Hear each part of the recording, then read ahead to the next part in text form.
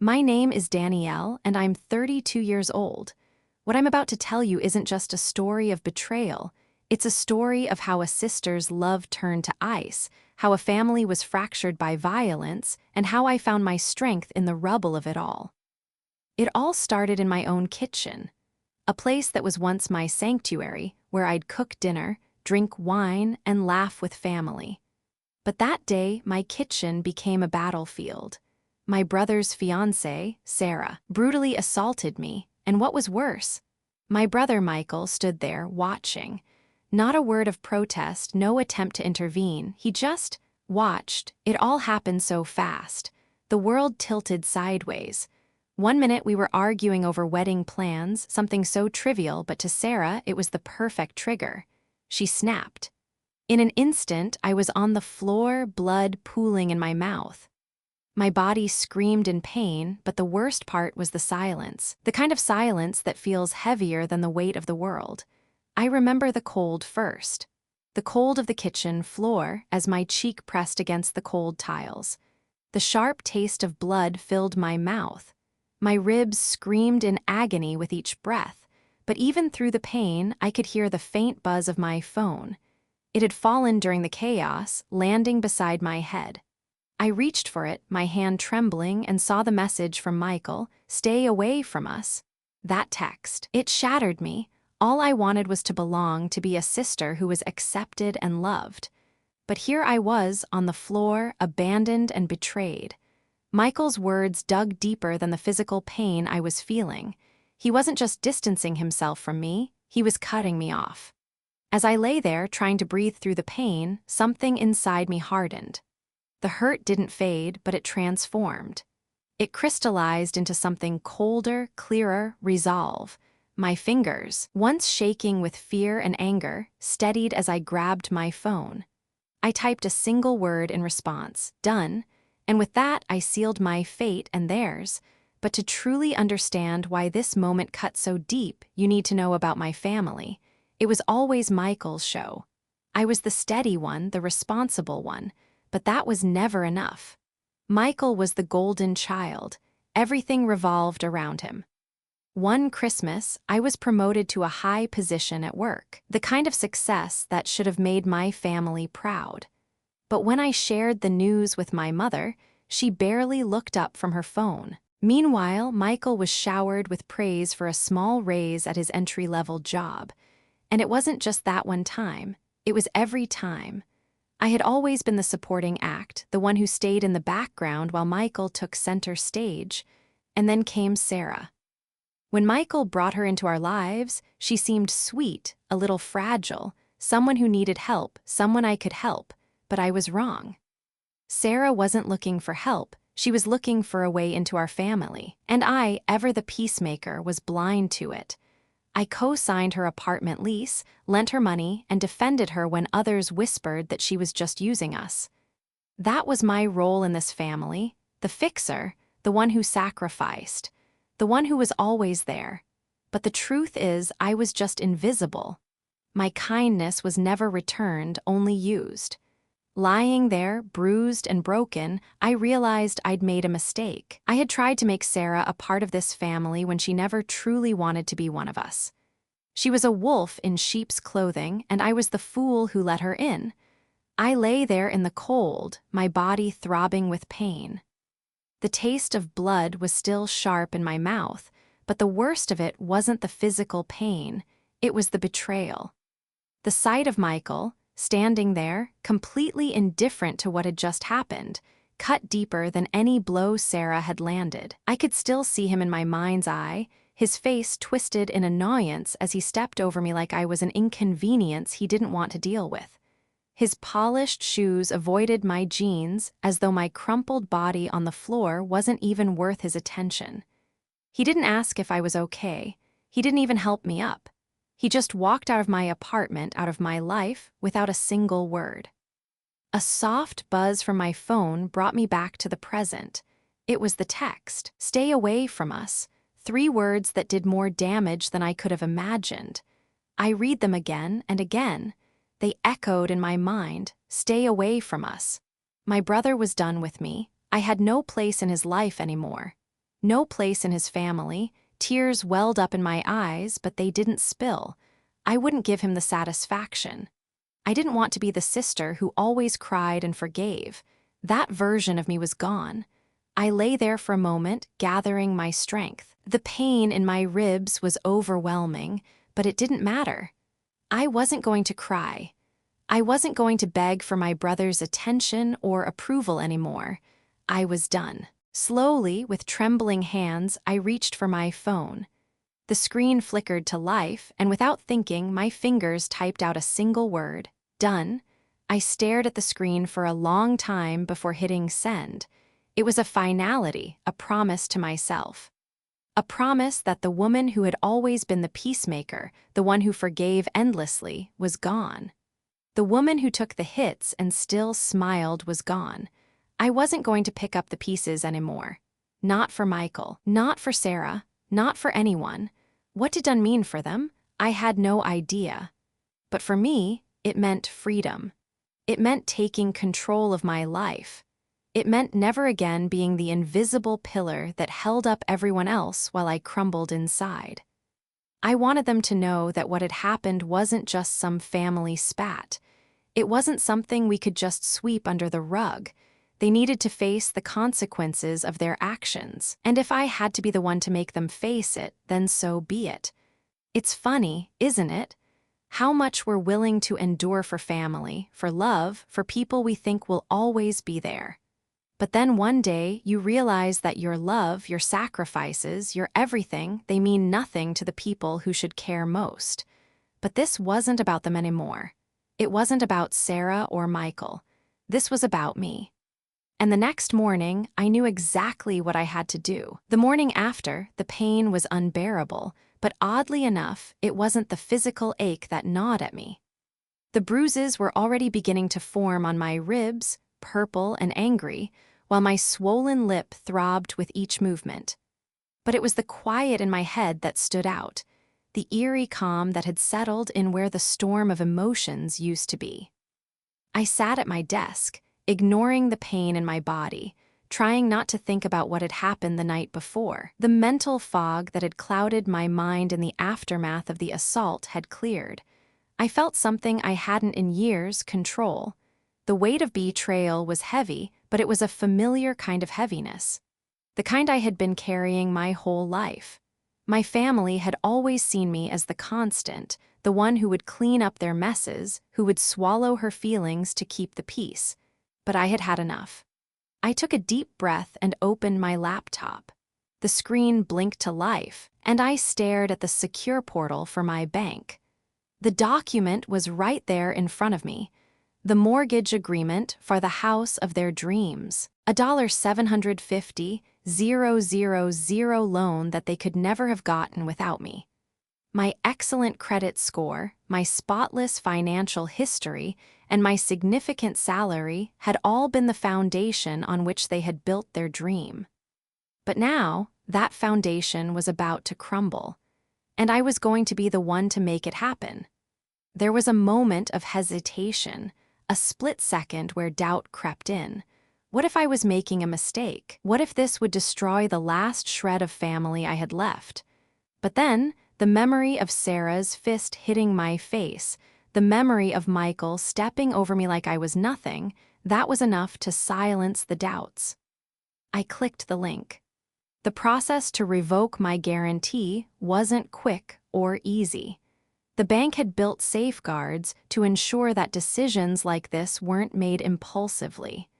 I had to go through two-factor authentication, answer security questions about my childhood pet and my mother's maiden name.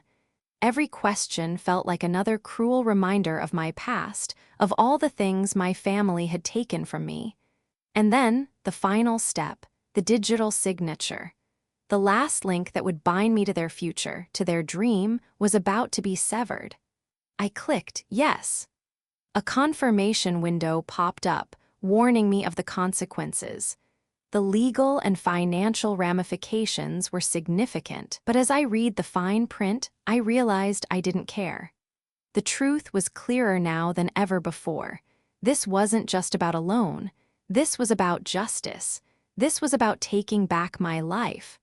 I signed the document with a steady hand, feeling a cold satisfaction wash over me. The finality of it all was like a weight lifting from my shoulders. This was it. They had no idea what was coming, and I was going to make them face the consequences of their actions. For the rest of the day, I stayed in a daze, methodically documenting everything. I went to the urgent care clinic and got a medical report detailing the injuries Sarah had inflicted. The bruises were unmistakable, consistent with blunt force trauma. I took photos of my battered face and ribs, capturing the evidence from every angle. The pain was ever present, but now it fueled my resolve. This wasn't just about me anymore. This was about holding them accountable. That evening, the phone rang. Michael. His voice was frantic, his usual calm replaced with panic. "Danielle, what did you do? The bank just called. The loan was denied. They said the guarantor pulled out. What did you do?" I let the silence stretch on, savoring the sound of his panic. Then I spoke, my voice devoid of emotion. "I did what you asked, Michael. I'm staying away from you. That includes my name, my credit, and my finances." I hung up before he could respond, the weight of his frantic voice still ringing in my ears. They were about to learn a lesson they would never forget. The silence after I hung up was almost as deafening as the storm that had preceded it.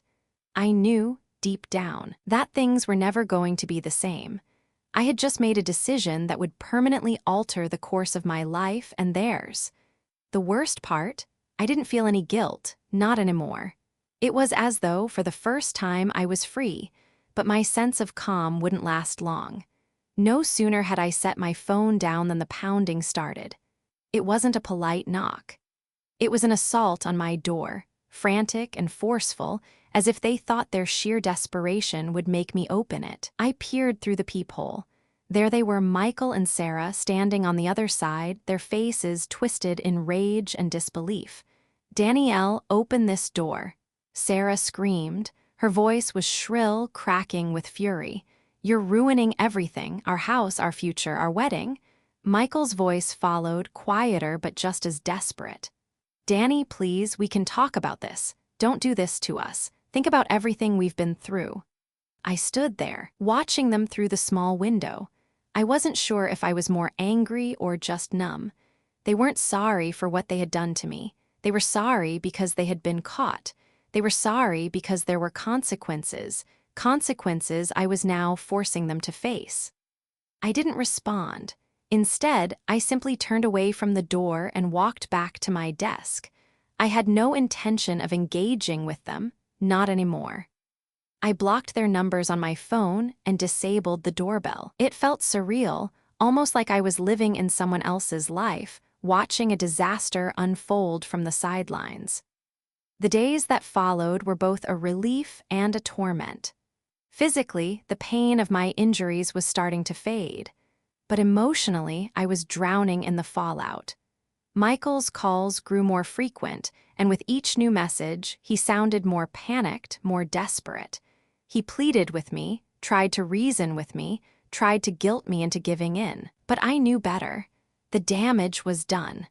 It wasn't just the bruises on my face or ribs anymore. It was everything I had endured for years, quietly taking the backseat to Michael's needs, swallowing my own pain for the sake of family harmony. But no more. Then came the calls from my mother. "Danielle, you need to stop being so selfish," she said, her voice dripping with disappointment. "This is tearing the family apart. Michael is heartbroken. He might lose the house because of you." My mother's words didn't shock me. They hurt, but they didn't surprise me. I had always known where I stood in the family hierarchy. I had always been the one who gave and gave, while Michael was the golden child who could do no wrong. But now I was the villain, the one who had broken the family apart.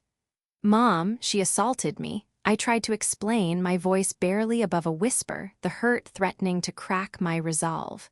"She punched me." Michael stood there and watched. "How can you not see that?" But she dismissed me, as she always had. "Oh, don't be so dramatic. Sarah's under a lot of stress." It's the wedding, the house, you know how she gets. Maybe you provoked her. Provoked her? I couldn't even believe what I was hearing. But there it was, my entire life, distilled into one cruel sentence: you are the problem. The words stung, but they also cleared the fog. I wasn't going to beg for my mother's approval anymore. She wasn't going to be the one to fix me. I had to fix myself. I ended the call, my heart heavy, but my mind clearer than it had been in years. There would be no more pretending, no more keeping the peace. It was time to fight back. The next morning, I woke up early and sat at my desk, ready to face what was coming. I opened my laptop, staring at the folder on my desktop. Evidence for court. I had collected everything I needed: photos of my injuries, the urgent care report, a timeline of events, and the security footage from the hallway outside my apartment, footage that would expose them for what they really were. But I wasn't just preparing for court. I was preparing for something bigger, the end of the family as I had known it. I was done being the one who held everything together. From now on, the only person I was going to protect was myself. And then, just as I had expected, the final blow came. A certified letter arrived in my mailbox. My hands trembled as I opened it. It was a temporary restraining order, filed by Sarah against me. I read through it, my blood running cold as the false accusations piled up. According to Sarah, I had been harassing her for months. I was obsessed with my brother. I had attacked her. It was all a lie, a work of fiction. And yet, here it was on official legal paper.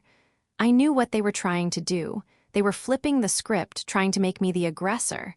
But they had underestimated me, because I had something they didn't: the truth. I grabbed my phone and dialed the number of the lawyer Jessica had recommended. This wasn't just a family squabble. This was assault, and it was time for me to make them pay. The day of the court hearing arrived, and the air inside the small family courtroom was thick with tension. I could feel the weight of everyone's eyes on me as I sat between my lawyer, M.S. Davies, and my best friend, Jessica. They were all there. Sarah, with her tear-streaked face and her pitiful attempts at looking vulnerable; Michael, who refused to look at me, his posture stiff and defeated; and of course my mother, sitting there with a venomous glare, as if this was all my fault. I felt the eyes of the room on me, but it didn't matter. The truth was on my side, and that was all I needed. For once, I wasn't the one keeping the peace. I wasn't the one silently absorbing their cruelty. No, today was different. Sarah's lawyer was the first to take the stand. He was smooth, well-practiced in the art of spinning a narrative. He painted me as a jealous, unstable woman. Someone obsessed with her brother, someone who had always been difficult. It was an attack on my character, twisting every good thing I had ever done into something sinister. He even brought up my career, suggesting that my success made me erratic and aggressive. His words dripped with disdain, and I could feel the bile rising in my throat. But I stayed calm, focused. I was ready. Next, Michael took the stand. His voice was soft and trembling, each word laced with feigned remorse. He spoke of how I had always been difficult and demanding, and how I had tried to destroy his relationship with Sarah. His eyes darted around the room, refusing to meet mine. He spoke about how he had to protect Sarah from my aggression, how he had been caught between two women he loved, and how hard it had been for him. He was a phenomenal actor, I'll give him that. He even shed a tear, his voice breaking as he spoke about how all he wanted was for us to get along. It was a performance designed to pull at the heartstrings of the court. He played the victim, the poor brother stuck in the middle of a family feud. Then, it was my turn. M.S. Davies stood up, her presence commanding. She addressed the court with quiet confidence, her voice strong and steady. "Your Honor," she began, "my client will not be testifying about her feelings or engaging in the family drama you've just heard.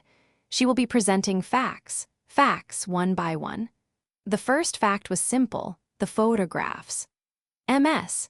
Davies walked to the projector and displayed high-resolution images of my face, bruised, swollen, the split in my lip still visible. There was a collective gasp in the room. Some faces went pale, others looked away, but the truth was right there for everyone to see. The evidence couldn't be denied. Next came the medical report from the urgent care clinic detailing my injuries. The report listed blunt force trauma to my ribs, consistent with a physical assault. The words hung in the air, undeniable. And then came the final piece. "Your Honor," MS Davies said, "we would like to present one last piece of evidence. Security footage." The screen flickered to life, and the room fell silent. On the screen was the hallway outside my apartment, time-stamped the night of the incident. It showed me opening the door, and then it showed Sarah, furious, her face contorted in rage. The video captured her lunging at me, pushing me back into the apartment with such force that I stumbled out of the camera's view. But what happened next was the moment that changed everything. The footage showed Michael standing in the hallway. He looked annoyed, frustrated, like he had just been interrupted. Then he turned his back and walked away. The video didn't lie. There was no defense for his inaction, no defense for his betrayal. I watched the reactions of Sarah, Michael, and my mother. Sarah's face turned ghostly white, her jaw hanging open in disbelief. Michael looked like he'd been hit in the stomach, his mouth opening and closing, unable to process what was happening. And my mother, she put her hand to her mouth, her eyes wide with shock. But it wasn't shock for me. It was shock for herself. Her perfect narrative was crumbling in front of her, and she could do nothing to stop it. The judge, who had been watching the footage intently, looked up. Her voice was cold, authoritative. "Petition for a restraining order is denied," she said, the gavel coming down with a sharp crack. "And I would advise you, ma'am," she said, looking directly at Sarah, "that filing a false police report and perjury are serious crimes. As is assault, you are lucky that MS Evans is not pressing charges today." The courtroom was still. No one moved. The truth had won. As we filed out of the courtroom, Jessica hugged me tight. "You did it," she whispered, her voice thick with emotion. "You actually did it." And for the first time in a long time, I felt something I hadn't in years: justice. The truth had come out, and with it, my life was finally mine again. The silence in the courtroom felt like a final breath, a deep, exhaling sigh that was years in the making. The verdict was a victory, but it wasn't the kind of victory that came with a sense of elation. There was no triumphant celebration, no applause, just the stark, unrelenting weight of what had happened and what I had lost. As I walked out of the courthouse, my legs felt heavy, as if they were dragging me back into the life I had once known. But I wasn't that person anymore. I wasn't the one who always forgave. I wasn't the one who put others before herself. I was free, free from the guilt, free from the toxic family dynamic, free from the chains that had held me down for years. But as the door to the courtroom closed behind me, it became clear that the real battle had just begun. The emotional toll was just starting to hit. The following days were a blur. My phone rang constantly, but it wasn't friends or colleagues checking in on me, it was my family. Or, more accurately, what was left of it. First came the text from my mother, a voice dripping with concern and guilt. She blamed me for tearing the family apart. "Michael is devastated," she wrote. "We're all just trying to move forward. Please don't make this harder on us." She didn't even acknowledge the abuse. She didn't care about my bruises or the emotional scars. She cared only about the family's image, about keeping up appearances. It wasn't about me, it was about them. I ignored the message. Then came the phone call from my Aunt Carol. She had heard about the court case and wanted to talk sense into me. Her voice was thick with that faux concern that people always used when they wanted to manipulate you. "Danielle, sweetheart, your brother's heartbroken," Aunt Carol said. "I know you're upset, but you need to think about the family. We can't let something like this tear us apart." Her words were like a slap. The family I had spent years trying to fix, trying to hold together, had never been interested in fixing me. They had used me, expected me to sacrifice everything for them, and when I finally drew the line, I was the villain. I hung up on her, my hands shaking with rage, but I knew I couldn't keep doing this. I couldn't keep fighting for people who never fought for me. But the real shock came when I received a letter, an official restraining order from Sarah. I stared at it in disbelief. It painted me as an obsessed, unstable woman, someone who had been harassing Sarah for months. It was a complete fabrication, a grotesque lie. They were trying to flip the script, turn me into the villain while they played the innocent victims.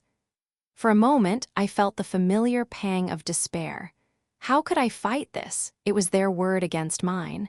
They were the perfect, happy couple. Who would believe me?